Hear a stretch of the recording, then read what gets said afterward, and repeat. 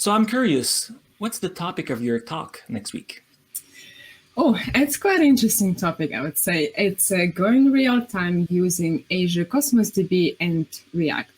So obviously, I will need to create a couple of components on Azure. And if you would allow me, I would jump straight to it and I would start having a quick walkthrough of what do we actually need to do and where do we start. Great. Right. So we will have a couple of components in Azure. Like, as I already mentioned, we go in real time.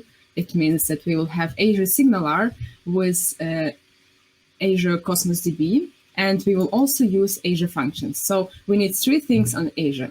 First of all is Azure CosmosDB.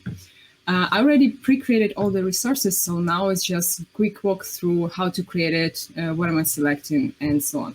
So creating Azure CosmosDB, I'm using always SQL API. Clicking Create.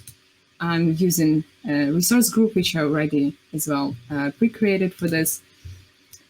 I can provide some nice name for this, of course. I'm using always West Europe region for my demo, and I mean, I'm living in Europe, so it's obvious. And I'm using capacity mode serverless, and that's basically all what I need to do for CosmosDB. Then I can click Review and Create. It will take a couple of minutes to deploy all the things, so I'm not going to do this now. And the next thing what we need is the function app. So we already created Azure CosmosDB, let's assume. The next thing is the function app. The same steps, I'm going here, I'm selecting the resource group, which the same as for Azure CosmosDB. I'm providing the function app, and the publish mode is code. And of course, runtime stack gonna be .NET in my case. And region, the same, gonna be West Europe. As well, review, create, couple of minutes for deployment. Once it's done, we will be almost ready to go. Last thing is SignalR service. The same steps, we are selecting resource group, quite easy, the same as before. We are selecting, we're providing a nice resource name, region as well, West Europe. I'm using always free tier for just development and test purposes, and as well serverless mode.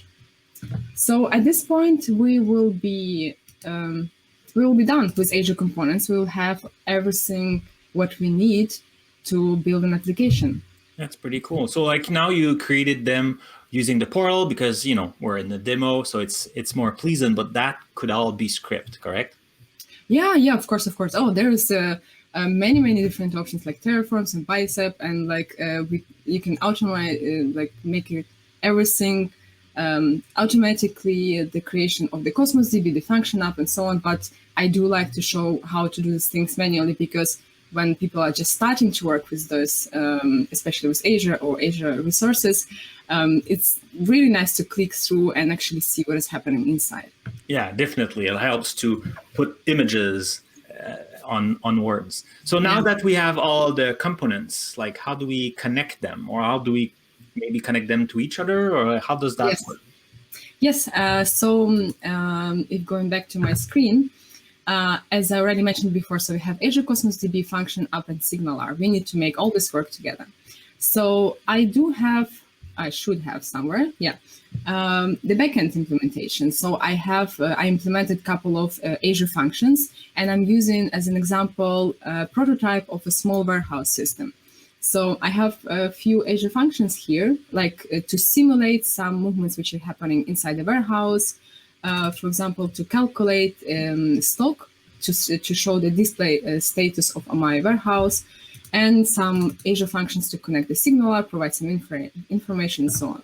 So what I need to do here is very easy, super easy. I love this. Just click to publish to Azure, and what I need to do is, some exceptions always, is to select the function app I created before. I click Run, and we're done. We're good to go. If you will go now, of course, it's also as well taking some time, gonna take some time, so I'm gonna skip this step. But if I will go now to functions, to the function app I already created before, after publish, we will be able to see the whole list of our functions. And basically, the last step to connect all the things, I just need to provide some configurations here. Basically, for my simple demo, of course, there's not much of a configurations. I do need to say, where is my CosmosDB? And what is this Azure SignalR connection string and Azure SignalR key? All this information can be found if you would go, for example, to CosmosDB, for example, there is a tab called Keys. And if we'll click on it, we will see the primary connection string. The same with SignalR. If we'll go on the SignalR tab, there is a keys tab, and there's going to be connection string and key. So once configuration is here, we are ready to go. That's all. That's all what we basically need to make our application work. And I do have my UI, my application already up and running. So I will just trigger a function, and it will take a couple of seconds to generate some data because all the free tires and so on and so on. But we'll go in the Cosmos DB now and see what is happening. Some data was generated. Right away. Super easy, right away. And if we will go here, there's another container, the Azure function working in the background and reacting on the changes which are happening here. And simultaneously will create for us some materialized views, basically the status of our warehouse. If we'll go back, we see that some data has already appeared here.